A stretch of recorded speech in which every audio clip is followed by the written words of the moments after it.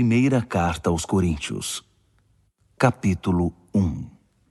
Eu, Paulo, chamado e enviado por Jesus, o Messias, conforme o plano de Deus, com meu amigo Sóstenes, envio esta carta a vocês da Igreja de Deus em Corinto, cristãos purificados por Jesus e separados para uma vida plena de Deus. Incluo nesta saudação todos os que invocam Jesus, onde quer que vivam. Ele é o Senhor deles, assim como nosso. Que todos os dons e benefícios que vêm de Deus, nosso Pai, e do Senhor Jesus Cristo, sejam de vocês. Toda vez que penso em vocês, e o faço com frequência, agradeço a Deus pela vida que levam, com livre acesso a Ele concedido por Jesus. O que aconteceu com vocês é algo que excede a imaginação humana e não pode ser dito em palavras. Cristo pode ser visto claramente na vida de vocês. Basta pensar que vocês não precisam de nada, já têm tudo. Todos os dons de Deus estão entre vocês, que aguardam com expectativa o retorno do Senhor Jesus. Além disso, Deus está com vocês, disposto a mantê-los no caminho, até que todas as coisas sejam acertadas de vez por Jesus. Deus, que conduziu vocês a esta aventura espiritual, compartilha conosco a vida do seu Filho e nosso Senhor Jesus.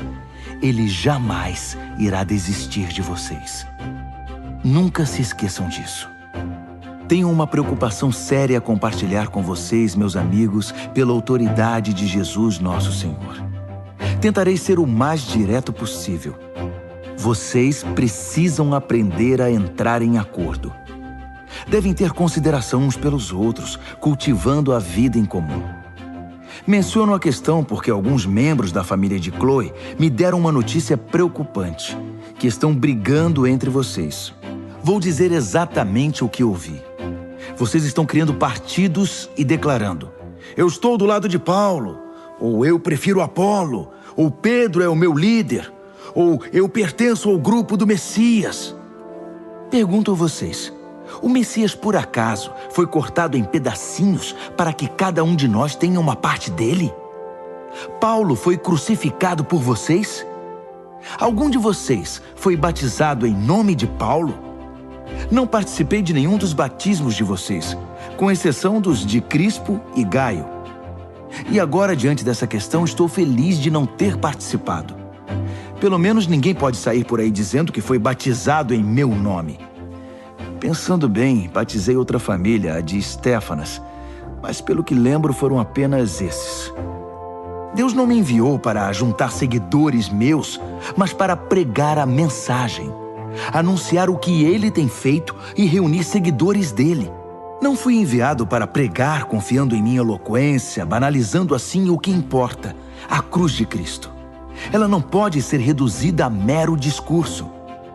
A mensagem que aponta para Cristo na cruz parece tolice para os que caminham para a destruição. Mas para quem está no caminho da salvação, faz todo sentido. Está escrito: destruirei a sabedoria dominante, mostrarei que quem se acha sábio é louco. Onde acharão alguém verdadeiramente sábio, educado e inteligente na época atual? Deus já não denunciou tudo isso como mera pretensão, palavras sem sentido? O mundo, com sua sabedoria fantasiosa, nem mesmo chegou perto do conhecimento de Deus. Por isso, em sua sabedoria, Deus decidiu usar o que o mundo considera tolice, pregação acima de tudo, para levar os que confiam nele ao caminho da salvação. Enquanto os judeus buscam milagres e os gregos correm atrás de sabedoria filosófica, nós prosseguimos anunciando Cristo o crucificado. Os judeus o consideram uma pedra de tropeço e os gregos um absurdo. Mas para nós, judeus e gregos, pessoalmente chamados por Deus, Cristo é o milagre e a sabedoria absolutos, reunidos numa única pessoa. A sabedoria humana é quase nada comparada com o aparente absurdo de Deus. Toda força humana, nem sonhando, pode competir com a, entre aspas, fraqueza de Deus. Lembrem-se de quem vocês eram quando foram chamados para esta vida. Não vejo entre vocês muitos representantes da elite intelectual, nem cidadãos influentes, nem muitas famílias da alta sociedade. Não é óbvio que Deus deliberadamente escolheu homens e mulheres que a sociedade despreza, explora e abusa? Não é óbvio que Ele escolheu gente do tipo Zé Ninguém para desmascarar as pretensões vãs dos que se julgam importantes? Fique claro que nenhum de vocês pode contar vantagens diante de Deus. Tudo que temos, cabeça no lugar, vida correta, pecados perdoados e novo início, vem de Deus por meio de Jesus Cristo. Daí o ditado: se alguém se orgulha, que se orgulhe por causa de Deus. 1 aos Coríntios, capítulo 2. Amigos, vocês devem estar lembrados da primeira vez em que os visitei para deixá-los a par da grande jogada de Deus. Na ocasião, não tentei impressionar ninguém com discursos sofisticados ou com argumentos filosóficos. Decidi apresentar primeiro Jesus e quem Ele é, de maneira pura e simples. Depois, falei de Jesus e do que Ele fez, o Jesus crucificado. Não estava certo sobre como apresentar o tema. Sentia-me despreparado. Se querem saber a verdade, eu estava morrendo de medo. Assim, nada do que eu disse deve ter impressionado vocês. Mas mesmo assim, a mensagem cumpriu seu propósito. O Espírito e o poder de Deus fizeram isso, o que deixa claro que a vida de fé que possuem é uma resposta ao poder de Deus, não o resultado de técnicas de manipulação mental ou emocional. A verdade é que temos sabedoria para compartilhar desde que vocês estejam espiritualmente firmes. Não se trata de sabedoria popular, propagada por supostos especialistas, que estarão obsoletas em um ano. A sabedoria de Deus é algo misterioso, que encerra a profundidade de seus propósitos. Nada tem de vaga e superficial. Ela não é uma nova mensagem, é a mais antiga. O que Deus determinou como forma de produzir o melhor dele em nós, muito antes que entrássemos em cena. Os sábios do nosso tempo não têm ideia do que seja esse plano eterno. Do contrário, não teriam matado numa cruz o Senhor da vida designada por Deus. Por isso, temos este texto das Escrituras: ninguém jamais viu ou ouviu algo parecido. Nunca se imaginou algo semelhante, mas é o que Deus tem preparado para aqueles que o amam. Mas vocês o têm visto e ouvido porque Deus, por intermédio do seu Espírito, o revelou a vocês. O Espírito, não satisfeito em mover-se na superfície, mergulha até as profundezas de Deus e traz à tona o que Deus planejou. Quem conhece o seu pensamento, a não ser você mesmo? O mesmo ocorre com Deus. Ele não só sabe o que está pensando, mas também nos permite sabê-lo. Deus tudo nos revela sobre os dons da vida e da salvação que nos concedeu. Não precisamos dos palpites nem das opiniões do mundo. Não aprendemos isso nos livros nem na escola. Aprendemos de Deus, que nos ensinou pessoalmente por meio de Jesus, e o transmitimos a vocês em primeira mão. Quem não é espiritual não pode receber os dons do Espírito de Deus, não tem essa capacidade. Os dons de Deus lhe parecem tolice. Só o espiritual pode reconhecer o Espírito de Deus e o espírito humano em plena comunhão. Espiritualmente vivos, temos acesso a tudo o que o Espírito de Deus está fazendo. Assim, não podemos ser julgados pelos críticos que não são espirituais. A pergunta de Isaías: existe alguém que conheça o Espírito de Deus, alguém que saiba o que ele está fazendo? Foi respondida: Cristo sabe, e nós temos o Espírito de Cristo. Primeira Carta aos Coríntios, capítulo 3. No entanto, amigos, sinto-me frustrado pela maneira nada espiritual com que vocês lidam uns com os outros e com Deus. Vocês estão agindo como bebês em relação a Cristo. Parece que só sabem mamar. Pois bem, vou amamentá-los, visto que não sabem se alimentar sozinhos. Quando vocês se apegam a algo apenas por se sentirem bem ou para dar impressão de que são importantes, não são muito diferentes de um bebê de colo, que só fica contente quando tudo lhe agrada. Quando um de vocês diz, estou do lado de Paulo, e o outro diz, eu prefiro Apolo, não está sendo infantil? Quem vocês pensam que Paulo é? Ou Apolo? Somos servos, nós dois, que os serviram enquanto aprendiam a confiar a vida ao Senhor. Cada um de nós cumpriu a tarefa de servo. Eu plantei a semente, Apolo regou as plantas, mas Deus fez vocês crescerem. Não é quem planta, nem quem rega, que está no centro do processo, é Deus. Ele faz as coisas acontecerem. Plantar e regar são trabalhos menores. O que torna essas atividades dignas é o Deus a quem servimos. Vocês são a lavoura de Deus e nós trabalhamos nela. Usando outro exemplo, vocês são a casa de Deus. Usando o dom que Deus me deu de arquiteto, desenhei a planta. Apolo ergueu as paredes. Que cada carpinteiro que venha trabalhar tenha o cuidado de construir sobre o fundamento. Lembrem-se de que há apenas um fundamento já estabelecido: Jesus Cristo. Sejam exigentes ao escolher o material que irão utilizar na obra. Em algum momento haverá uma inspeção. Se tiverem usado material barato, de segunda linha, vocês serão descobertos.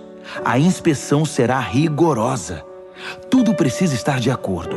Se o trabalho de vocês passar na inspeção, ótimo. Se não, a parte de vocês na construção será derrubada. Mas vocês não serão destruídos. Vão sobreviver, mas com dificuldade. Vocês percebem que são o templo de Deus e que o próprio Deus está presente em vocês? Quem destruir o templo de Deus não ficará impune. Estejam certos disso. O templo de Deus é sagrado e vocês são esse templo. Não se enganem. Não achem que são sábios apenas porque acompanham o noticiário. Sejam os desinformados de Deus. Esse é o caminho da verdadeira sabedoria. Gente que o mundo considera esperta, Deus chama de tola. Está registrado nas Escrituras. Ele expõe as segundas intenções dos que andam de nariz empinado. O Senhor vê através da cortina de fumaça dos que se acham. Não quero ouvir nenhum de vocês contando vantagem acerca de vocês mesmos nem de ninguém. Tudo já é de vocês. Foi um presente. Paulo, Apolo, Pedro, o mundo, a vida, a morte, o presente, o futuro, tudo é de vocês, que são privilegiados por estar unidos a Cristo, que está unido com Deus. Primeira carta aos Coríntios, capítulo 4. Não pensem que nós, líderes, somos o que não somos. Somos servos de Cristo, não senhores dele. Não somos guardiões. Nossa responsabilidade é conduzi-los aos mais sublimes segredos de Deus. Os requisitos exigidos de nós são confiabilidade e conhecimento preciso. Pouco importa o que vocês pensem ou digam a meu respeito. Eu não me avalio. Nesse caso, os rótulos são irrelevantes. Desconheço algo que me desqualifique na minha tarefa para com vocês. Mas isso não quer dizer muita coisa. O Senhor é quem faz este julgamento. Assim, não corram na frente do Senhor, tirando conclusões com base em julgamentos pessoais antes de analisar tudo. Quando Ele vier, trará a público segredos que ninguém imagina, motivações interiores, propósitos e orações. Só então ouviremos o muito bem de Deus. Tudo que faço agora é mostrar que todos esses assuntos dizem respeito a Apolo e a mim, para que vocês aprendam a se controlar e não se precipitem em julgar sem ter conhecimento de todos os fatos. É importante analisar todas as coisas do ponto de vista de Deus. Não me agrada vê-los bajulando uns e difamando outros com base em boatos. Pois quem é que realmente conhece vocês, que sabe o que tem no coração? E se conhecesse, descobriria algo de que possam se vangloriar? Não são dons de Deus tudo que vocês têm e são? Por que então tantos rótulos e disputas? Vocês já têm tudo de que precisam. Têm mais acesso a Deus do que podem imaginar. Deixando de lado Apolo e a mim, vocês estão no topo do mundo, pelo menos no mundo de Deus. E nós estamos lá com vocês. O que vejo é que nós, que temos a mensagem, fomos colocados por Deus num palco, mas ninguém quer comprar o ingresso. Somos como um acidente na rua para o qual o mundo olha quando passa. Somos os desajustados do Messias. Vocês podem estar seguros, mas nós vivemos em meio a fragilidades e incertezas.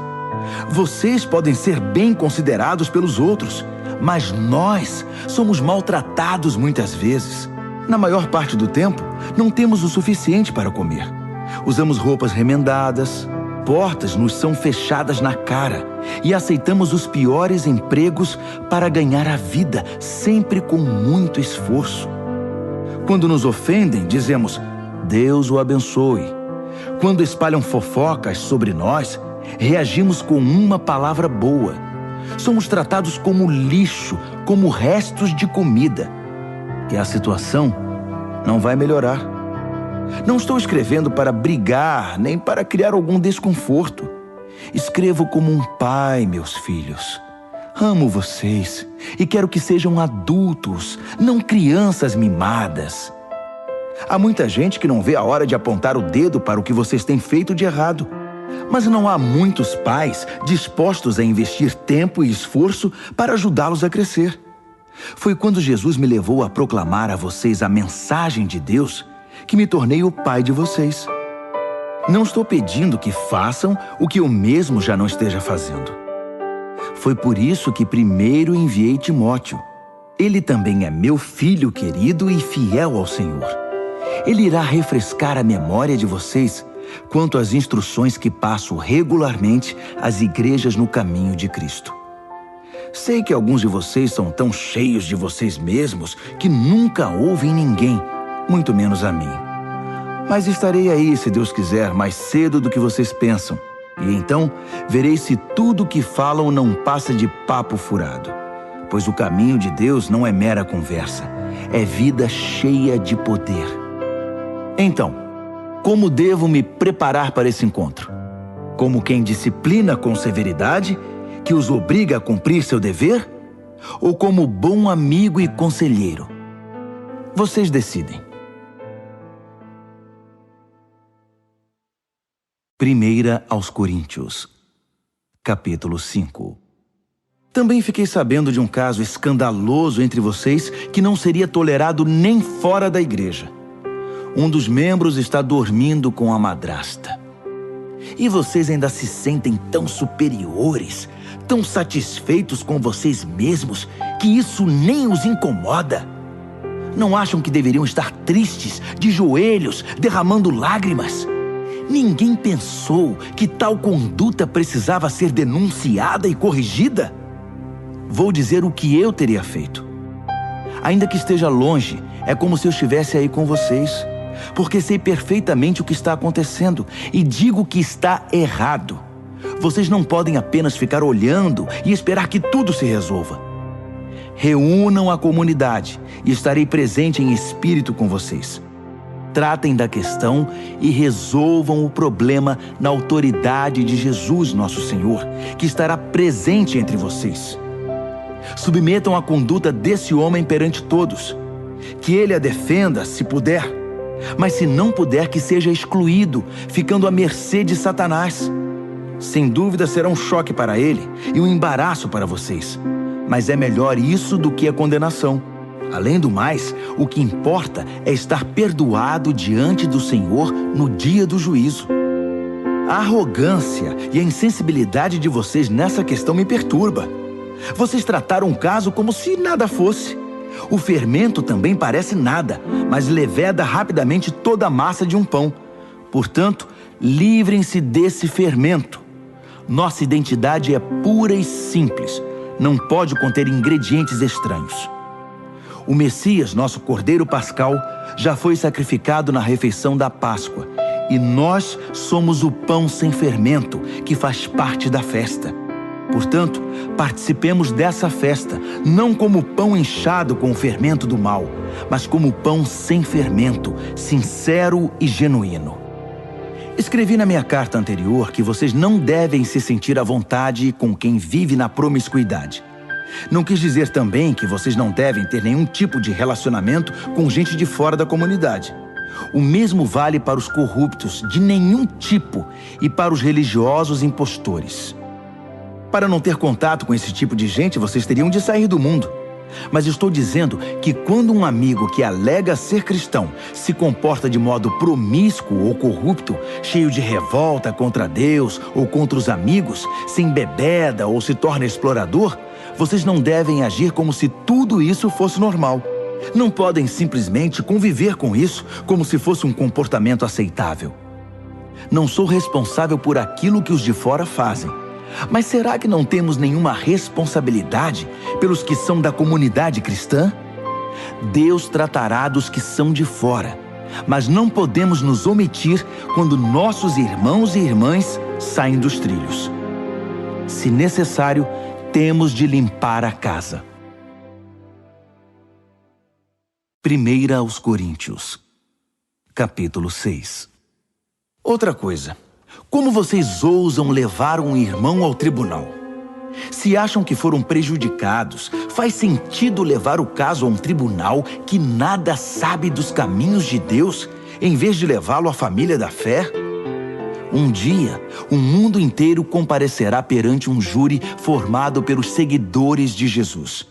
Portanto, se vocês vão julgar o mundo, não seria melhor tratar desde já dessas questões menores? Nós vamos julgar até os anjos. Por que então não julgar assuntos corriqueiros? Quando há desentendimentos, por que buscar a solução em gente que vocês mesmos não confiam? Digo isso com toda franqueza, para que percebam a bobagem que estão fazendo. Será possível que não há ninguém sensato entre vocês que possa tomar decisões justas quando surgem disputas e desentendimentos? Não acredito. E vocês estão levando o irmão ao tribunal perante gente que nem sequer crê em Deus. Como podem fazer justiça se não creem no Deus da justiça?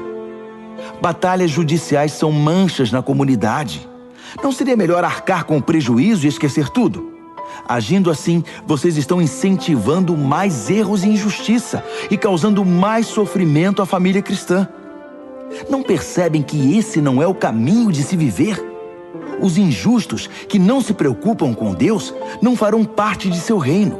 Quem usa e abusa das pessoas, do sexo, da terra e de tudo que nela existe, não se qualifica como cidadão do reino de Deus.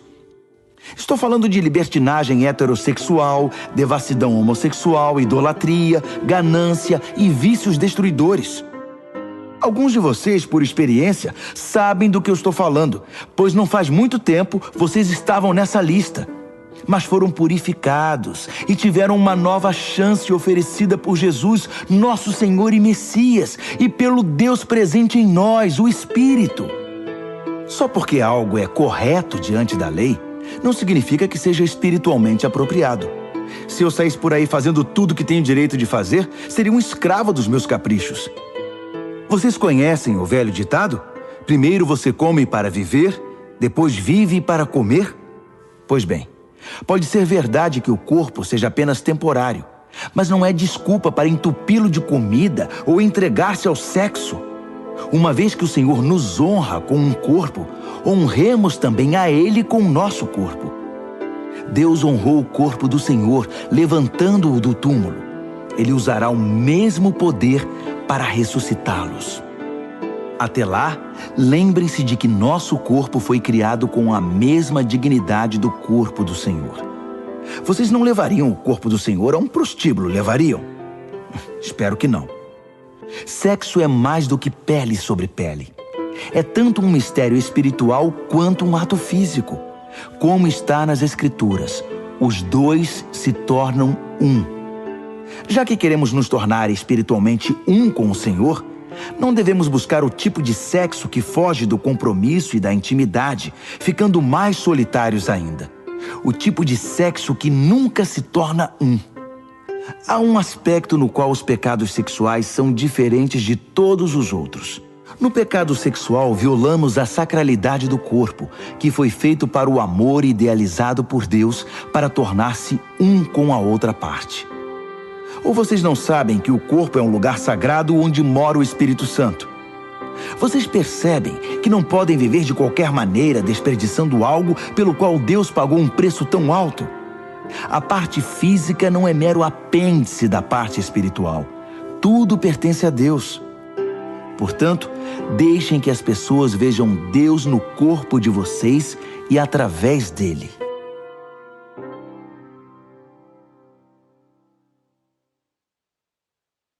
Primeira Carta aos Coríntios, capítulo 7. Passemos agora às perguntas que vocês fazem na carta que me enviaram. Primeira, é bom ter relações sexuais? Sem dúvida, mas de maneira certa. É bom estar casado, tanto para o homem quanto para a mulher. Os impulsos sexuais são fortes, mas o casamento é forte o bastante para contê-los, permitindo uma vida sexual equilibrada e plena num mundo de desordem sexual. O leito matrimonial deve ser marcado por mutualidade. O marido procurando satisfazer a esposa procurando satisfazer o marido. O casamento não é um espaço para brigar por direitos. O casamento é uma decisão de servir a outra parte na cama ou fora dela. A abstinência sexual é possível por um período de tempo, se ambos concordarem e se for para algum propósito de jejum e oração, mas apenas em ocasiões assim. Depois, voltem um para o outro. Satanás conhece maneiras engenhosas de nos tentar quando menos esperamos. Entendam que não estou ordenando tais períodos de abstinência. Apenas dou o melhor conselho se vocês quiserem proceder assim. Às vezes, penso que seria melhor que todos fossem solteiros como eu. Uma vida mais simples em muitos sentidos. Mas o celibato não é para todos. Assim como o casamento também não. Deus dá a alguns o dom de ser solteiro e a outros o dom de ser casado. Entretanto, digo aos solteiros e viúvos que não estar casado talvez seja o melhor para eles, como tem sido para mim. Mas se não conseguirem conter seus desejos e emoções, devem se casar. As dificuldades do casamento são de longe preferíveis à vida do solteiro sexualmente tentado. Se você está casado, continue casado. Ordem do Senhor, não minha. Se a esposa abandonar o marido, ela deve permanecer solteira ou então voltar atrás e se acertar com ele. E o marido não tem o direito de se livrar da esposa. Para os casamentos mistos, cristão casado com não cristão, não temos mandamento explícito da parte do Senhor. Mas vocês devem fazer o seguinte: se você é um homem casado com uma mulher que não é cristã, mas que mesmo assim deseja viver com você, continue com ela. Se você é uma mulher casada com um homem que não é cristão, mas que deseja viver com você, continue com ele. O marido descrente participa em certa medida da santidade da esposa, e a esposa descrente de igual maneira participa da santidade do marido. De outro modo, os filhos seriam deixados de fora, mas eles também estão incluídos nos propósitos espirituais de Deus. No entanto, se o cônjuge descrente vai embora, deixe que vá. Não seja desesperadamente dependente. Deus nos chamou para viver bem da maneira mais pacífica possível. Você, esposa, não tem como saber se o seu modo de agir pode trazer seu marido de volta, não apenas para você, mas para Deus. Marido, você não tem como saber se o seu modo de agir pode trazer sua esposa de volta não apenas para você, mas para Deus. Não alimente o desejo de estar em outro lugar ou com outra pessoa. Você está agora no lugar que Deus preparou para você. Viva, obedeça, ame e creia nesta situação. É Deus, não sua situação conjugal, que define sua vida. Não pensem que estou sendo mais duro com vocês do que com outras igrejas. Dou o mesmo conselho a todas elas. Você era judeu quando Deus o chamou? Não desfaça sua condição. Você era não judeu no tempo do seu chamado? Não tente se tornar judeu. Ser judeu não é o mais importante. O que importa é obedecer ao chamado de Deus e seguir seus mandamentos. Continue como você estava quando Deus o chamou. Você era escravo? Escravidão não é obstáculo para crer. Não quero dizer que você esteja impedido de sair. Se você tiver uma chance de obter a liberdade, vá em frente. Estou apenas tentando dizer que com seu novo Senhor você vai experimentar uma liberdade maravilhosa, inimaginável. Mas se você era livre quando Cristo chamou, irá experimentar como é maravilhoso tornar-se escravo de Deus, o que é igualmente inimaginável. Todos vocês, escravos e livres, um dia foram reféns de uma sociedade pecaminosa. Mas um valor imenso foi pago pelo resgate de vocês. Agora que estão livres dos velhos vícios, não voltem a ser ou fazer o que o mundo pede a vocês. Amigos, permaneçam na condição em que foram chamados por Deus. Ele está com vocês. Permaneçam firmes com Ele do lado. O Senhor não deu orientações explícitas para as virgens, mas como sou muito experiente na misericórdia do Senhor e sempre fiel, confiem no meu conselho. Por causa das pressões atuais que sofremos de todo lado, talvez fosse melhor permanecerem assim. Você está casado? Permaneça casado. Não está casado? Não se case. Mas se vier a se casar, não comete pecado. O que estou dizendo é que quando você se casa, assume um peso a mais, numa época já estressante demais. Eu queria poupá-los disso. Quero ressaltar, amigos, que o tempo é essencial. Não há tempo a perder. Portanto, não compliquem a vida desnecessariamente. Vivam de maneira simples. No casamento, na tristeza, na alegria, no que for. Mesmo em assuntos corriqueiros, como na rotina diária das compras. Sejam econômicos na escolha das muitas coisas que o mundo tenta empurrar para vocês. O mundo, como vocês o conhecem, está se desvanecendo. Quero que vivam o máximo que puderem, livres de complicações. Quem não é casado está livre para se dedicar unicamente ao Senhor. O casamento envolve a pessoa nos emaranhados da vida doméstica e na necessidade de agradar o cônjuge. Essas demandas exigem quase toda a atenção. O tempo e a energia que os casados gastam no cuidado mútuo podem ser utilizados para Deus por quem não é casado. Estou tentando facilitar as coisas, não torná-las mais difíceis. Tudo o que desejo é que vocês sejam capazes de desenvolver um modo de vida no qual possam se dedicar ao Senhor sem distrações. Se um homem tem uma amiga a quem é leal, mas não tem intenção de se casar, decidido a servir a Deus como solteiro e depois muda de ideia e decide casar-se com ela, ele deve ir em frente e se casar, não é pecado. O casamento não está um degrau abaixo do celibato, como alguns dizem. Mas se o homem está bem em sua decisão pela vida de solteiro dedicada a Deus, e for essa sua convicção, não algo que lhe foi imposto, ele deve permanecer assim. O casamento é espiritual e moralmente correto, e não é de modo algum inferior ao celibato, embora, como já disse, por causa dos tempos em que vivemos, tenham razões pastorais para encorajar o celibato. A esposa deve permanecer com o marido enquanto ele viver.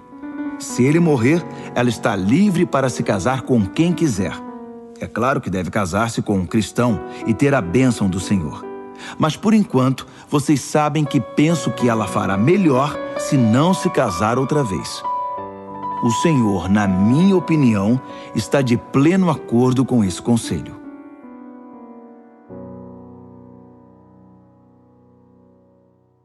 Primeira Carta aos Coríntios, capítulo 8. Continue em aberto a questão sobre a carne oferecida a algum ídolo. Será que é correto participar de refeições nas quais esse tipo de carne é servido? Temos a tendência de pensar que sabemos de tudo e que temos a resposta para essa pergunta. Mas o coração humilde pode nos ajudar muito mais do que a mente orgulhosa. Nunca saberemos o bastante até reconhecer que só Deus sabe tudo. Alguns dizem, acertadamente, que os ídolos não existem de verdade, que não há nada neles, que não há outro Deus a não ser nosso único Deus e que não importa quantos desses chamados deuses sejam invocados e cultuados, eles nada acrescentam à nossa vida, exceto alguma história fantasiosa. Eles dizem, mais uma vez acertadamente, que há apenas um Deus, o Pai, que tudo nos dá e quer que vivamos para Ele. Dizem também que só há um Senhor, Jesus, o Messias, e que tudo é por causa dele, nós inclusive. Sim, é verdade. Então, pensando logicamente, nada aconteceu à carne quando ela foi oferecida ao ídolo. É como qualquer outra carne. Eu sei disso, e vocês sabem também. Mas isso não é tudo. Se fosse, algumas pessoas iriam achar que sabem de tudo e começariam a menosprezar os outros. O conhecimento verdadeiro não é insensível. Precisamos ser sensíveis ao fato de que não estamos todos no mesmo nível de compreensão. Alguns de vocês passaram a vida inteira comendo carne de ídolo e estão certos de que há alguma coisa na carne que prejudica vocês. Essa mentalidade não vai mudar da noite para o dia. Felizmente, Deus não nos vê pela dieta. Não somos elogiados quando comemos de tudo, nem repreendidos quando não toleramos essa comida. Mas Deus se preocupa quando alguém usa sua liberdade de modo irresponsável, levando algum companheiro de fé a se desviar do caminho, devido à vida que levavam anteriormente.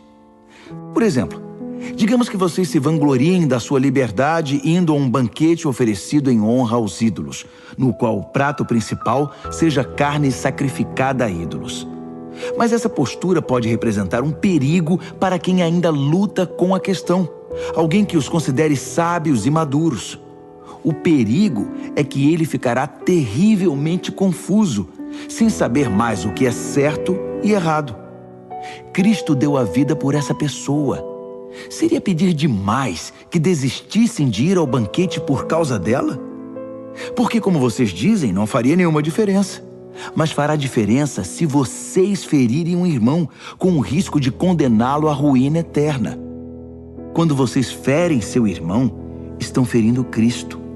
Um banquete aqui e ali não vale o preço de uma dessas pessoas frágeis na fé. Assim, se sua participação no jantar com carne de ídolo significar o desvio de algum irmão, é melhor ficar em casa. 1 Coríntios, capítulo 9. Não me digam que não tenho autoridade para escrever deste modo. Não acham que devo sentir-me perfeitamente livre para fazê-lo? Não recebi esta tarefa? Não fui chamado para esta obra no encontro face a face com Jesus, nosso Senhor? Vocês não são provas do que tenho feito para o Senhor? Ainda que ninguém mais admita a legitimidade do meu chamado, vocês não podem negá-lo, pois meu trabalho com vocês é a prova viva da minha autoridade. Não tenho medo dos críticos. Nós que atuamos na obra missionária para Deus, temos direito a acomodações decentes e ao sustento para nós e nossa família. Parece que vocês não levantaram objeção sobre isso para os outros apóstolos, nem para os irmãos do Senhor, nem para Pedro. Então, por que só no meu caso? Será que só Barnabé e eu temos de ir desacompanhados e ainda pagar do próprio bolso? Será que um soldado trabalha por conta própria? Que lavrador é proibido de comer dos frutos do próprio trabalho? Que fazendeiro não bebe o leite de seu rebanho? Não estou exagerando apenas por estar irritado. Tudo isso está escrito na lei de Moisés. Não amordace o boi, impedindo-o de comer os grãos enquanto debulha. Vocês acham que Moisés estava preocupado com o gado? Não acham que a preocupação era conosco? Claro que sim. Lavradores trabalham ansiosos pelo tempo da colheita. Assim, se plantamos sementes espirituais entre vocês, é errado esperar que nos sirvam 1 ou 2 refeições? Outros até exigem isso de vocês. Será que nós, que nunca exigimos nada, não merecemos mais? Mas não vamos começar a reivindicar agora o que sempre tivemos o direito de fazer. Nossa decisão é desistir de qualquer coisa que nos desvie da mensagem de Cristo. Minha preocupação agora é que vocês não usem nossas decisões para tirar vantagem ou privar alguém dos seus direitos. Vocês sabem que quem trabalha no templo sempre teve a garantia de poder viver dos rendimentos da casa de Deus. Também os que oferecem sacrifícios no altar podem se alimentar do que é sacrificado. Seguindo o mesmo raciocínio, o Senhor determinou que quem proclama a mensagem deve ser sustentado por aqueles que creem nela. Mesmo assim, quero deixar claro que nunca peguei nada para mim e que não estou escrevendo agora para exigir alguma coisa. Prefiro morrer a permitir que duvidem de mim ou questionem meus motivos. Se proclamo a mensagem, não é para ganhar alguma coisa. Sou impelido a fazer isso, e ai de mim se não o fizer. Se eu considerasse este trabalho apenas um meio de ganhar a vida, eu esperaria algum pagamento. Mas como não penso assim, pois creio que ele me foi confiado de modo muito especial, por que esperaria ser pago? Então, acham que eu estou ganhando algo com isso? Na verdade, estou. O prazer de proclamar a mensagem sem que vocês tenham de pagar por isso. Vocês não precisam nem bancar minhas despesas. Ainda que eu esteja livre das exigências e expectativas de todos, tornei-me um servo voluntário de todos, para alcançar todo tipo de gente. Religiosos, não religiosos, moralistas, libertinos, fracassados, desmoralizados, não importa. Não adoto o estilo de vida deles. Mantenho o meu comportamento baseado em Cristo, mas entrei no mundo deles e compartilhei da realidade deles. Tornei-me servo em minha tentativa de levar alguns dos que eu encontrei pelo caminho para uma vida salva por Deus. Fiz tudo por causa da mensagem. E não queria apenas falar dela, eu queria estar nela. Todos vocês já foram ao estádio e viram as corridas. Vários atletas correm, mas apenas um vence. Correr para vencer. É para isso que os bons atletas treinam duro. Eles fazem isso por uma medalha de ouro, que perde o brilho e o valor. Mas vocês estão atrás da medalha que nunca envelhecerá. Não sei sobre vocês, mas eu estou correndo a toda velocidade rumo à linha de chegada. Estou dando tudo de mim. Nada de pegar leve. Estou alerta e preparado. Não vou ser apanhado dormindo no ponto. Depois de mostrar o caminho para os outros, nem posso pensar que eu poderia perder. 1 aos Coríntios, capítulo 10. Amigos, lembrem-se da nossa história e aprendam. Nossos antepassados foram todos guiados por uma nuvem e conduzidos milagrosamente através do mar. Eles passaram através das águas, num batismo como o nosso, enquanto Moisés os levava da morte e da escravidão para a vida de salvação. Todos comeram e beberam a mesma comida e bebida, providenciadas diariamente por Deus. Eles beberam da rocha, uma fonte de Deus, que os acompanhava por onde fossem. E a rocha era Cristo. Mas experimentar as maravilhas e graças de Deus não pareceu significar muito, porque muitos deles foram vencidos pela tentação no terrível deserto, e Deus não ficou satisfeito. O mesmo pode acontecer conosco. Precisamos estar atentos para nunca sermos apanhados trilhando um caminho próprio, como eles fizeram. Não podemos fazer a religião virar um circo, como eles fizeram. Primeiro festejaram, depois dançaram. Não podemos cair na promiscuidade. Eles pagaram caro por isso. Lembrem-se, nada menos de 23 mil mortes num só dia. Não cometam o erro de pensar que Cristo deve nos servir. Nós é que o servimos. Eles fizeram isso e Deus enviou-lhes cobras venenosas. Devemos tomar cuidado para não incentivar a reclamação. Foi ela que os destruiu. Esses incidentes são sinais de alerta da nossa história, escritos para que não venhamos a repetir os erros deles. Historicamente, vivemos situações semelhantes. Eles no início e nós no fim. E podemos confundir tudo, assim como eles. Não sejam tão ingênuos e autoconfiantes. Vocês não são diferentes. Podem fracassar tão facilmente como qualquer um. Nada de confiar em vocês mesmos. Isso é inútil. Mantenham a confiança em Deus. Nenhuma tentação, nenhum teste que surge no caminho de vocês é maior que o enfrentado por outros. Tudo que vocês precisam lembrar é que Deus não deixará que fracassem. Ele nunca permitirá que sejam pressionados além do limite, mas estará sempre com vocês para ajudá-los a vencer a tentação. Portanto, prezados amigos, quando virem alguém reduzindo Deus a algo que possam usar ou controlar como um ídolo, afastem-se dessa pessoa o mais rápido que puderem. Reconheço que estou me dirigindo a cristãos maduros.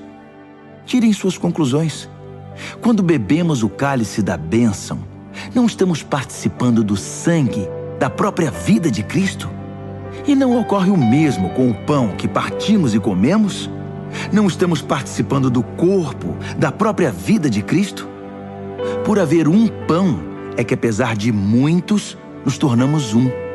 Cristo não está dividido em nós. Em vez disso, nós nos tornamos um nele.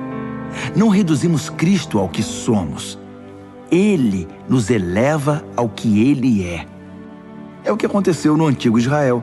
Os que comeram os sacrifícios oferecidos no altar de Deus participaram da ação de Deus no altar. Percebem a diferença? Sacrifícios oferecidos a ídolos são oferecidos a nada, pois o ídolo não é nada, ou pior do que nada, um demônio.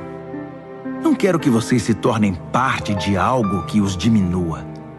E vocês não podem estar em dois caminhos, participando do banquete do Senhor num dia e festejando com demônios no outro. O Senhor não suporta isso. Ele nos quer por inteiro. É tudo ou nada. Acham que podem aborrecê-lo sem prejuízo? Analisando a situação por certo ângulo, vocês poderiam dizer: tudo está certo.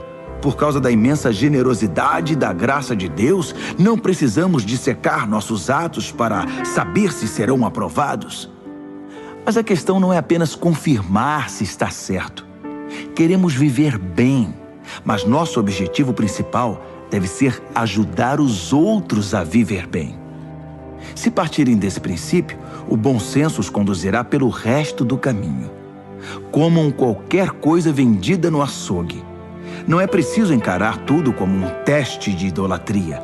A terra, afinal de contas, é de Deus, e tudo que há nela. Esse tudo inclui todo tipo de carne. Se um descrente o convida para jantar e você deseja ir, não recuse o convite. Aproveite e coma de tudo que for oferecido. Seria falta de educação e de espiritualidade investigar na hora a pureza de cada prato. Mas se ele disser que a comida foi sacrificada a um Deus, você deve recusar.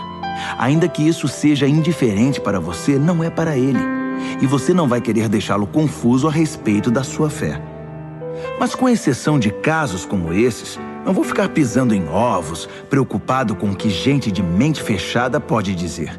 Tenho toda a liberdade, pois conheço muito bem o que nosso Senhor nos ensinou. Se como o que me oferecem, agradecido a Deus pelo que está na mesa, deveria eu me preocupar com o que alguém vai dizer? Dei graças a Deus pela comida, Ele a abençoou e ponto final. Assim, façam suas refeições com prazer, sem se preocupar com o que alguém possa dizer, pois vocês estão comendo para a glória de Deus acima de tudo, não para agradar a essas pessoas. Façam tudo desse modo, de todo o coração e com liberdade, para a glória de Deus. Ao mesmo tempo, não se esqueçam de agir com misericórdia. Evitem pisar no calo dos que não têm liberdade como vocês. Tenho feito o que posso para levar em consideração os sentimentos dos outros. Espero que vocês façam o mesmo.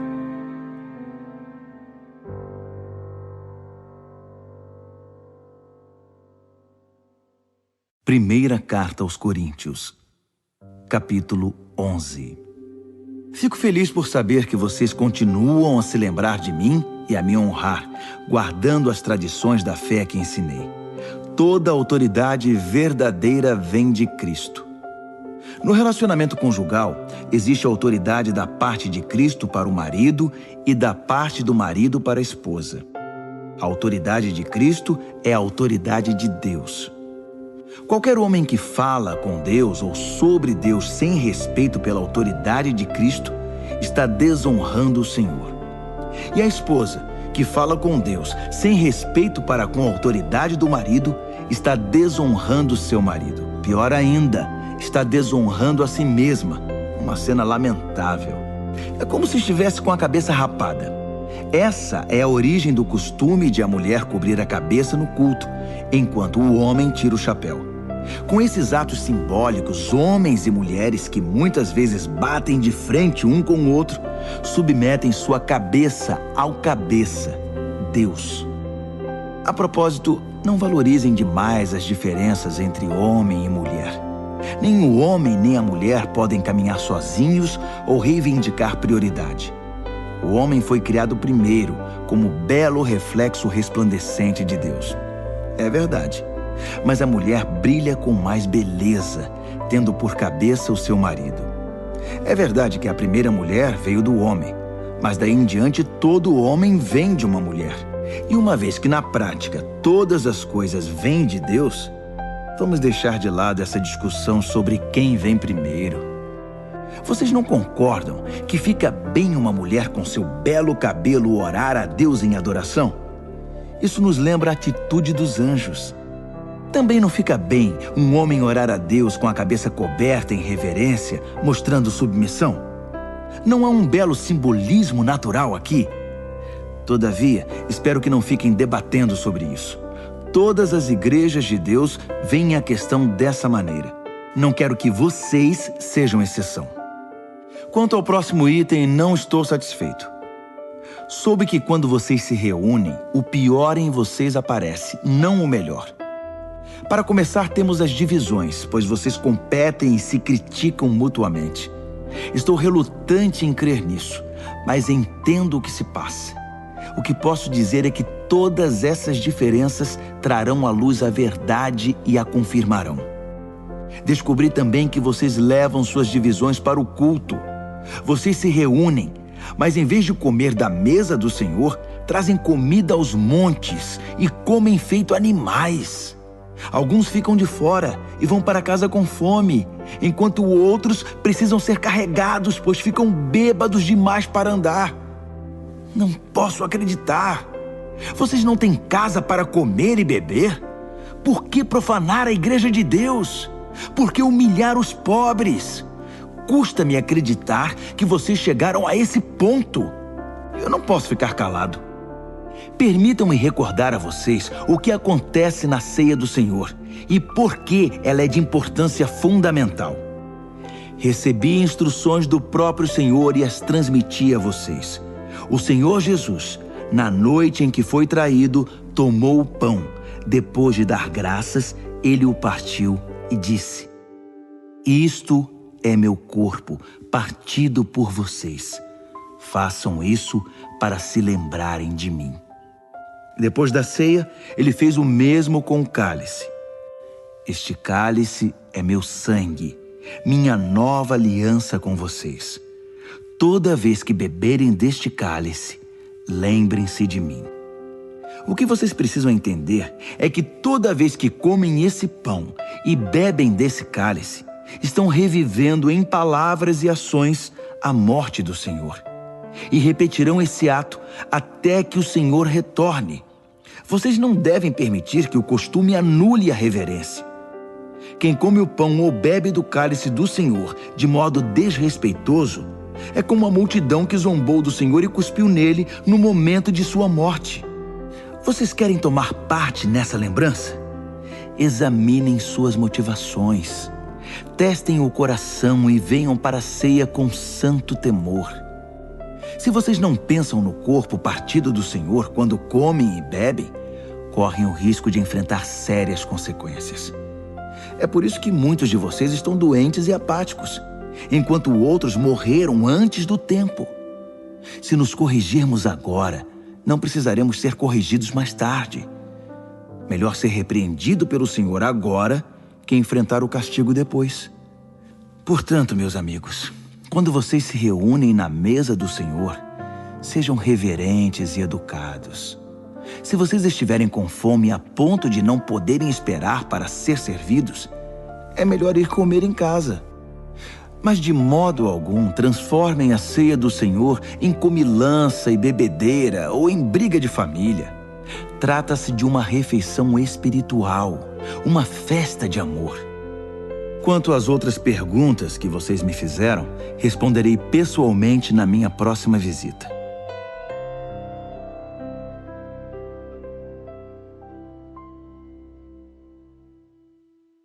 Primeira Carta aos Coríntios, capítulo 12. Quero agora falar sobre as várias maneiras pelas quais o Espírito de Deus se manifesta em nossa vida. O tema é complexo e quase sempre mal compreendido, mas vocês precisam ser informados. Vocês se lembram de como eram quando não conheciam Deus, mudando de um Deus falso para outro, sem saber o que estavam fazendo, apenas imitando o que todos faziam? Na vida cristã é diferente. Deus quer que usemos a inteligência. Por exemplo, usando o raciocínio, vocês sabem perfeitamente que o Espírito de Deus jamais induzirá alguém a dizer "Maldito Jesus". E ninguém deseja dizer "Jesus é Senhor" sem o discernimento do Espírito Santo. Os dons variados de Deus são distribuídos por toda parte, mas todos têm origem no Espírito de Deus. Os variados ministérios são desenvolvidos em toda parte, mas todos têm origem no Espírito de Deus. As variadas expressões do poder de Deus se manifestam em toda parte, mas o mesmo Deus está por trás de tudo. A cada cristão é dado algo a fazer, que mostre como Deus é. Todos ganham, todos são beneficiados. Todo tipo de dom é distribuído pelo Espírito para todo tipo de pessoa. A variedade é maravilhosa. Conselho sábio, entendimento claro, confiança sincera, cura dos enfermos, milagres, proclamação da palavra, discernimento de espíritos, línguas, interpretação de línguas. Todos esses dons têm uma origem comum, mas são distribuídos um a um pelo Espírito de Deus. Ele decide quem recebe o que e quando. É fácil entender como essa diversidade funciona se olharmos para o corpo humano. Nosso corpo está dividido em muitas partes, membros, órgãos, células. Mas a despeito de tantas partes, ainda é um corpo. Ocorre o mesmo com Cristo. Por meio do seu Espírito único, dissemos a Deus a nossa vida incompleta e sem sentido. Costumávamos tomar decisões de forma independente, mas agora vivemos uma vida plena e integrada, em que Ele tem a palavra final em tudo. É o que proclamamos em palavra e ação quando fomos batizados. Cada um de nós é agora uma parte de seu corpo ressuscitado, renovado e sustentado por uma fonte, seu Espírito, da qual todos nós bebemos. Nossos antigos rótulos como judeu ou grego, escravo ou livre, não têm mais utilidade. Precisamos de algo maior, mais abrangente. Quero que entendam que tudo isso faz vocês terem mais importância. Um corpo não é apenas uma parte ampliada. O corpo é o conjunto de partes diferentes, mas semelhantes em combinação e que funcionam em conjunto. Faz algum sentido o pé dizer: não sou tão elegante quanto a mão, embelezada com anéis, por isso acho que não pertenço a este corpo? Se o ouvido disser: não sou importante como o olho que tudo vê, por isso não mereço estar na cabeça, vocês iriam querer tirá-lo do corpo? Se o corpo fosse todo olho, como poderia ouvir? Se fosse todo ouvido, como poderia cheirar? Mas sendo do jeito que é, podemos perceber que Deus pôs cada parte do corpo exatamente onde quis. Quero também que entendam que a diversidade mantém a importância de cada parte, impedindo que cada um dê valor apenas a si mesmo. Por melhores que sejam, vocês só têm importância por fazerem parte do corpo. Um olho enorme ou uma mão gigante não seria um corpo, e sim um monstro. O que temos é um corpo com muitas partes, cada uma do tamanho apropriado e em seu devido lugar. Nenhuma parte é importante por si mesma. Vocês podem imaginar o olho dizendo para a mão: fora, não preciso de você. Ou a mão dizendo para o pé: você está dispensado, não preciso mais de você. De fato, na prática, acontece o contrário. Muitas vezes, o que é menos proeminente é mais fundamental e também mais necessário. Por exemplo, vocês podem viver sem um olho, mas não sem o estômago. Quando seu corpo sofre, não faz nenhuma diferença se é um membro externo ou interno, maior ou menor. Todas as partes sofrem junto, pois cada parte tem a devida dignidade e importância. No entanto, vocês têm mais preocupação com as partes menos proeminentes. Se vocês tivessem de escolher, não iriam preferir uma boa digestão a um cabelo bonito? O modo pelo qual Deus formou o corpo humano é um modelo que nos ajuda a entender nossa vida comunitária na igreja. Cada parte depende da outra. As partes que mencionamos e as que não mencionamos. As partes que vemos e as que não vemos. Se uma parte se fere, todas as outras partes estão envolvidas. Se uma parte vai bem, todas as outras desfrutam esse bem-estar. Vocês são o corpo de Cristo. É o que vocês são. Jamais se esqueçam disso. Só depois que vocês reconhecem que participam desse corpo, é que a parte de vocês adquire algum significado. Vocês conhecem algumas partes que Deus estabeleceu na igreja, que é seu corpo: apóstolos, profetas, mestres, operadores de milagres, gente com dom de cura, gente com capacidade para ajudar, gente com capacidade de administrar, gente que ora em línguas. Não é óbvio que a Igreja de Cristo é um corpo completo marcada pela diversidade? Nem todos são apóstolos, profetas, operadores de milagres, gente com dom de cura. Nem todos oram em línguas. Nem todos são intérpretes de línguas. Mesmo assim, alguns de vocês ficam competindo, querendo ser uma das partes importantes. Mas agora quero apresentar a vocês um caminho muito melhor.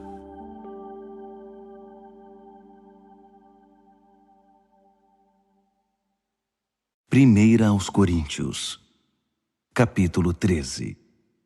Se eu falar com eloquência humana e com êxtase própria dos anjos, e não tiver amor, não passarei do rangido de uma porta enferrujada. Se eu pregar a palavra de Deus com poder, revelando todos os mistérios e deixando tudo claro como o dia, ou se eu tiver fé para dizer a uma montanha pule e ela pular, e não tiver amor, não serei nada. Se eu der tudo o que tenho aos pobres e ainda for para a fogueira como mártir, mas não tiver amor, não cheguei a lugar algum. Assim, não importa o que eu diga, no que eu creia ou o que eu faça, sem amor, estou falido. O amor nunca desiste. O amor se preocupa mais com os outros que consigo mesmo. O amor não quer o que não tem. O amor não é esnobe, não tem a mente soberba, não se impõe sobre os outros, não age na base do eu primeiro, não perde as estribeiras, não contabiliza os pecados dos outros, não festeja quando os outros rastejam. Tem prazer no desabrochar da verdade. Tolera qualquer coisa. Confia sempre em Deus. Sempre procura o melhor. Nunca olha para trás, mas prossegue até o fim. O amor nunca morre. A palavra inspirada um dia será esquecida. A oração em línguas vai passar. O entendimento alcançará seu limite. Nós conhecemos apenas parte da verdade, e o que dizemos a respeito de Deus é sempre incompleto. Mas quando o que é completo chegar, tudo o que é incompleto em nós deixará de existir. Quando eu era bebê no colo da minha mãe, eu balbuciava como qualquer bebê. Depois que cresci, deixei para sempre essas coisas de bebê. Hoje, não vemos as coisas com clareza. Estamos como que num nevoeiro, enxergando com dificuldade por entre a neblina. Mas isso não vai durar muito. O tempo vai melhorar e o sol vai aparecer. Então veremos tudo tão claramente quanto Deus nos vê, conhecendo-o diretamente, assim como Ele nos conhece. Mas por enquanto, até chegar à perfeição, temos 3 coisas que nos guiam até a consumação de tudo: confiança firme em Deus, esperança inabalável e amor extravagante. E o melhor desses 3 é o amor. 1 aos Coríntios, capítulo 14. Procurem viver uma vida de amor como se a vida dependesse disso, porque de fato depende.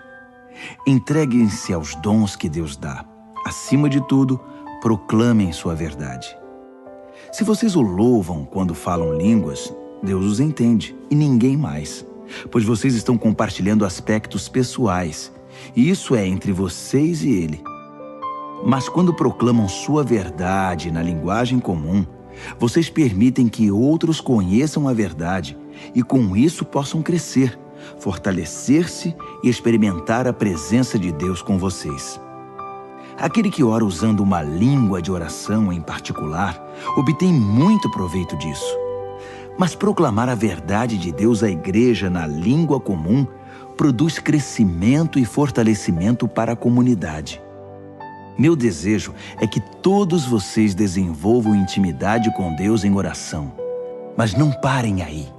Prossigam e proclamem sua verdade com clareza aos outros. É mais importante permitir o acesso ao conhecimento e ao amor de Deus por meio de uma língua que todos entendem que cultivar a presença de Deus em oração num idioma misterioso. A não ser, é claro, que alguém possa interpretar o que vocês estão dizendo para o benefício de todos. Amigos, pensem bem.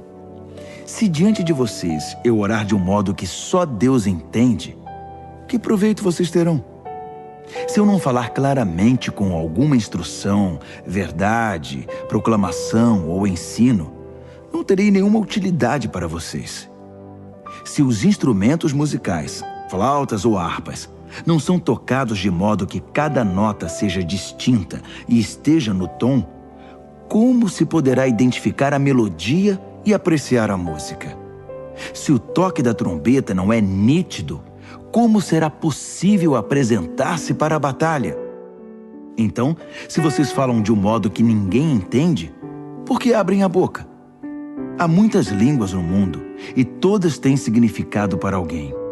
Mas se eu não entendo a língua, de nada me servirá. Não é diferente com vocês. Já que estão tão ansiosos por tomar parte no que Deus está fazendo, por que não se concentram em fazer o que é proveitoso para toda a igreja? Portanto, quando orarem em língua de oração, não guardem para vocês mesmos a experiência. Orem para poder compartilhá-la com outros. Se oro em línguas, meu espírito ora, mas minha mente fica inativa e não há proveito nenhum. Assim, qual a solução? A resposta é simples. Façam as 2 coisas. Devo ser espiritualmente livre quando oro, mas ao orar, devo também refletir e ser cuidadoso. Devo cantar com o espírito e também com a mente. Se você abençoa usando uma língua de oração que ninguém mais entende, como poderia um recém-chegado que não tem ideia do que está acontecendo saber a hora de dizer amém? Sua bênção pode ter alguma beleza, mas você deixou de fora quem não entende. Sou grato a Deus pelo dom que nos concedeu de orar e louvar em línguas. Esse dom nos permite desfrutar uma intimidade maravilhosa com Ele. Eu participo disso tanto quanto vocês, ou até mais. Só que quando estou com a igreja reunida para o culto, prefiro dizer 5 palavras que todos entendem, a dizer 10.000 que não façam nenhum sentido para os ouvintes. Para ser franco, eu estou impaciente com a infantilidade de vocês. Quanto tempo vai demorar para que cresçam e usem a cabeça como adultos? Tudo bem quando há uma falta de familiaridade infantil com o mal. Nesse caso, tudo de que precisamos é um simples não. No entanto, para dizer sim a alguma coisa, se exige algo mais. Só uma inteligência madura e bem exercitada poderá salvá-los de cair na ingenuidade. Dizem as Escrituras: em idiomas estranhos e pela boca de estrangeiros vou pregar a este povo, mas eles não vão ouvir nem acreditar. Assim, aonde esse falar em línguas que ninguém entende levará vocês? Isso não ajuda os cristãos e deixa os descrentes ainda mais confusos. Mas também é certo que essas línguas falam diretamente ao coração dos cristãos, sem alcançar os descrentes. Se a igreja estiver reunida e alguns descrentes estiverem ali quando vocês começarem a orar em línguas, dizendo coisas sem sentido para eles, pensarão que vocês perderam o juízo e sairão dali o mais rápido que puderem. Mas se houver descrentes num culto em que a verdade de Deus é transmitida com clareza, as palavras compreensíveis irão tocar o coração deles. E logo estarão ajoelhados diante de Deus, reconhecendo que Ele está no meio de vocês. Assim, quero que façam o seguinte: quando se reunirem no culto, cada um de vocês esteja preparado para fazer o que for proveito para todos. Cantar um hino, ensinar uma lição, contar uma história, fazer uma oração, interpretar línguas. Se forem feitas orações em línguas, que sejam no máximo 2 ou 3, mas apenas se estiver presente alguém que possa interpretar o que estão dizendo. Se não houver, que isso fique entre vocês e Deus. E que não haja mais de 2 ou 3 pessoas falando por culto, e os demais ouçam e guardem tudo no coração. Cada um por sua vez faça a sua parte, sem que ninguém assuma o controle. Assim, cada pessoa que falar tem a chance de dizer algo especial da parte de Deus, e vocês irão aprender uns com os outros. Se escolherem falar, são também responsáveis pelo modo e pelo momento de falar. Quando adoramos da maneira certa, não há confusão. Deus nos conduz à harmonia. Isso vale para todas as igrejas. As mulheres não devem interromper o culto falando quando deveriam estar ouvindo, nem fazer perguntas que poderiam ser feitas aos maridos em casa. Quanto a isso, o livro da lei de Deus orienta nossos procedimentos. As mulheres não têm licença para usar o momento de culto em conversas desnecessárias. Vocês, homens e mulheres, acham que são os grandes ungidos do Senhor que definem o certo e o errado? Pensam que tudo gira em torno de vocês? Se alguém acha que tem alguma palavra da parte de Deus, ou se sente inspirado a fazer alguma coisa, preste muita atenção ao que escrevi, pois essas são orientações do Senhor. Se vocês não as seguirem, não serão usados por Deus. 3 conselhos resumem tudo o que falei. Quando transmitirem a verdade de Deus, falem de todo o coração. Se alguém estiver orando em línguas que vocês não entendem, não lhe digam como deve orar. Façam tudo de maneira cortês e organizada em todas as situações. 1 aos Coríntios, capítulo 15. Amigos, permitam-me repassar a mensagem com vocês mais uma vez. A mensagem que proclamei foi recebida por vocês. Nela vocês permanecem firmes e por ela foram salvos. Entendo que a fé que possuem é verdadeira, não um interesse passageiro, e que nela estão firmes de verdade. A primeira coisa que fiz foi apresentar a vocês de coração a mensagem que recebi. O Messias morreu pelos nossos pecados, exatamente como dizem as Escrituras. Foi sepultado e se levantou da morte no terceiro dia, mais uma vez, exatamente como dizem as Escrituras. Falei a vocês que ele apareceu vivo a Pedro, depois aos seus seguidores mais próximos e mais tarde a mais de 500 seguidores ao mesmo tempo. Muitos deles estão por aí, ainda que alguns já tenham morrido. Depois, ele passou um tempo com Tiago e com o restante dos que chamou para falar em seu nome. E, finalmente, apareceu vivo a mim. Faz todo sentido que eu viesse por último, pois nem mereço ser incluído no grupo original, como vocês bem sabem, já que passei anos perseguindo a Igreja de Deus. Mas a mim foi concedida a graça bondosa de Deus. E a ela devo tudo que sou. Não posso permitir que sua graça seja desperdiçada. Não trabalhei mais que qualquer um dos outros, embora os resultados não tenham dependido de mim, mas sim de Deus que me deu sua graça. Então não faz diferença se vocês ouviram a mensagem de mim ou de outro. Nós falamos a verdade de Deus e vocês a receberam e creram. Agora quero fazer uma pergunta difícil, mas importante. Se vocês se tornaram cristãos crendo que Cristo está vivo, ressuscitado dos mortos, como podem alguns de vocês afirmar que não há ressurreição? Se não há ressurreição, Cristo não está vivo. Se Cristo não ressuscitou, tudo o que ensinamos a vocês está errado e vocês investiram a vida em uma ilusão. Além disso, se não há ressurreição, somos culpados de mentir a vocês sobre Deus, e tudo o que apresentamos como testemunho de que Deus ressuscitou Cristo não passa de engano. Se os mortos não podem ressuscitar, então Cristo não ressuscitou, porque ele morreu de fato. E se Cristo não ressuscitou, vocês continuam na escuridão, mais perdidos do que nunca. Para quem morreu, é ainda pior, porque morreram esperando a ressurreição em Cristo. Se tudo que temos de Cristo serve apenas para alguns poucos anos de vida, coitados de nós. Mas a verdade é que Cristo ressuscitou, sendo o primeiro de muitos que voltarão à vida. Há aqui um paralelo importante a ser ressaltado. No princípio, a morte nos alcançou por causa de um homem. Mas agora, a ressurreição dos mortos também nos alcança por causa de outro homem. Todos morrem em Adão, e todos tornam a viver em Cristo. Mas temos de esperar nossa vez. Cristo é o primeiro. Depois, os que estarão com ele em sua vinda, a grande consumação. Nessa ocasião, depois de ter conquistado plena vitória, ele entregará o reino ao Pai. Ele não desistirá até vencer o último inimigo. E o último inimigo é a morte. Como disse o salmista, ele os venceu a todos e os pisoteou.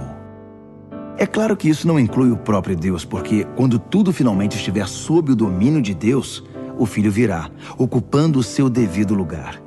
E o domínio de Deus alcançará sua plenitude, um final perfeito. Como entender que alguns de vocês se ofereceram para ser batizados em favor dos mortos? Se não existe ressurreição, para que este batismo? Não é uma contradição? E por que devo eu continuar arriscando a vida de forma tão perigosa? Encaro a morte praticamente todos os dias. Acham que eu faria isso se não estivesse convencido de que nossa ressurreição está garantida pelo Senhor ressuscitado?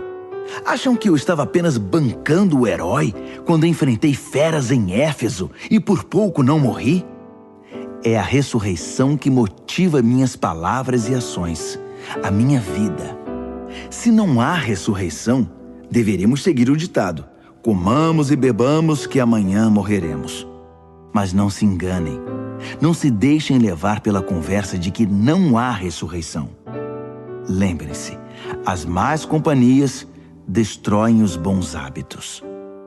Pensem bem, Busquem a santidade de vida. Não desprezem a realidade da ressurreição, pois a ignorância a respeito de Deus traz grande prejuízo. A verdade é que uma discussão prolongada como essa é inútil. Um cético pode perguntar: como pode haver ressurreição? Mostre-me. Quero ver com os olhos. Com que esse corpo da ressurreição se parece?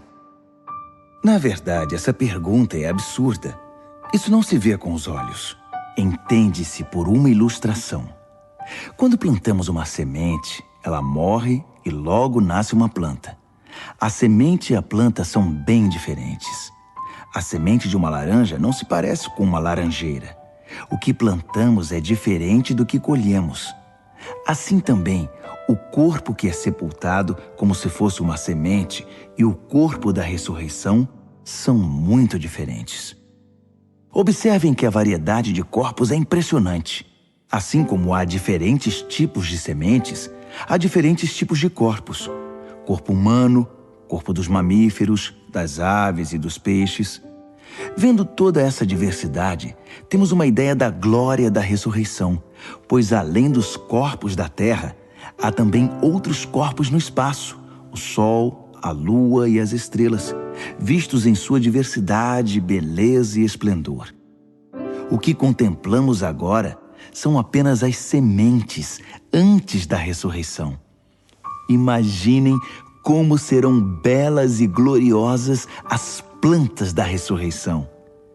A ilustração da semente, que depois de plantada morre e ressurge como planta viva, é, na melhor das hipóteses, uma simples comparação, mas talvez lance alguma luz sobre o mistério do corpo da ressurreição. É preciso, porém, ter em mente que seremos ressuscitados para valer, que estaremos vivos para sempre. O corpo que morre não manifesta beleza, mas quando ressuscitar, será glorioso, sepultado em fraqueza, ressurgirá poderoso. A semente plantada é natural. Essa semente faz nascer o que é sobrenatural. É a mesma semente, o mesmo corpo. Mas que diferença entre o que morre fisicamente e o que ressurge em imortalidade espiritual. Para prosseguir, devemos voltar a atenção para as Escrituras. O primeiro Adão recebeu a vida. Cristo, o último Adão, é espírito doador de vida. A vida física vem primeiro, depois a espiritual. O início se dá na terra, o desfecho se dá no céu. O primeiro homem veio da terra, e daí em diante os seres humanos são chamados terrenos. O segundo homem veio do céu, e por isso seremos celestiais. Assim como somos o reflexo do que está em nossa origem terrena, seremos o reflexo do nosso desfecho celestial. Amigos, eu preciso enfatizar que a vida natural terrena não nos leva ao reino de Deus. Sua própria natureza é morrer. Portanto, ela não poderia terminar naturalmente na vida do reino que dura para sempre. Mas quero compartilhar algo maravilhoso. Um mistério que talvez eu nunca entenda totalmente. Nem todos os cristãos vão morrer, mas todos serão transformados. O toque da última trombeta soará num piscar de olhos e o fim chegará. Ao sinal da trombeta celeste, os mortos se levantarão para nunca mais morrer, pois a morte perderá seu poder. Do mesmo modo, todos nós seremos transformados. Na ressurreição será assim. O que é perecível será substituído pelo que é imperecível. O mortal substituído pelo imortal. Então fará sentido o ditado: finalmente foi a morte derrotada pela vida. Ó morte, não está agora vencida? Ó morte, quem temerá a que era temida? Foi o pecado que tornou a morte tão terrível. E foi o código legal da culpa que conferiu ao pecado sua influência destruidora. Mas agora, graças a Deus, que por um só ato vitorioso da vida, derrotados estão o pecado, a culpa e a morte. E tudo graças ao nosso Senhor Jesus Cristo. Diante de tudo isso, prezados amigos, Permaneçam firmes. Força! Nada de desânimo. Dediquem-se inteiramente ao trabalho do Senhor, pois nada do que fazem para Ele jamais será perda de tempo.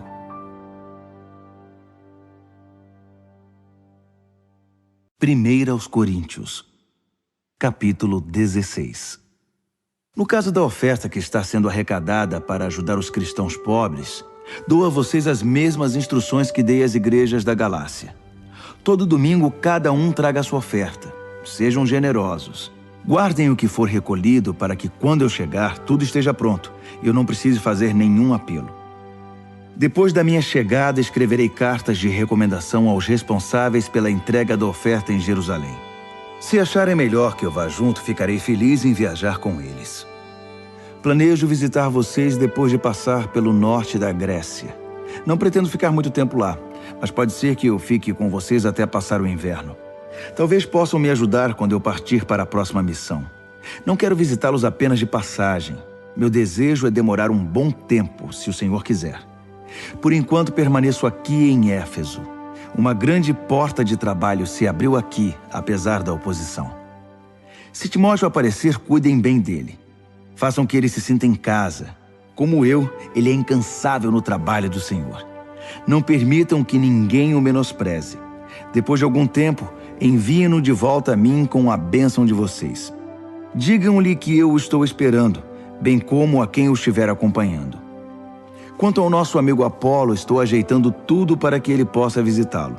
Ele não acha que este é o melhor momento, mas haverá melhor ocasião.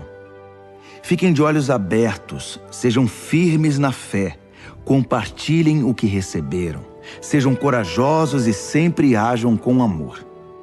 Gostaria de pedir um favor. Deem atenção especial à família de Estéfanas. Como sabem, eles foram os primeiros convertidos na Grécia e sempre se dedicaram a servir os cristãos. Quero que honrem e cuidem de gente assim, companheiros e trabalhadores que tanto nos ajudam e inspiram. Quero que saibam como estou feliz por ter Estéfanas, Fortunato e Acaico comigo. Eles me suprem a falta que vocês fazem e renovaram minhas forças, mantendo-me em contato com vocês. Valorizem gente como eles. As igrejas aqui na província da Ásia enviam saudações. Áquila, Priscila e a igreja que se reúne na casa deles enviam saudações.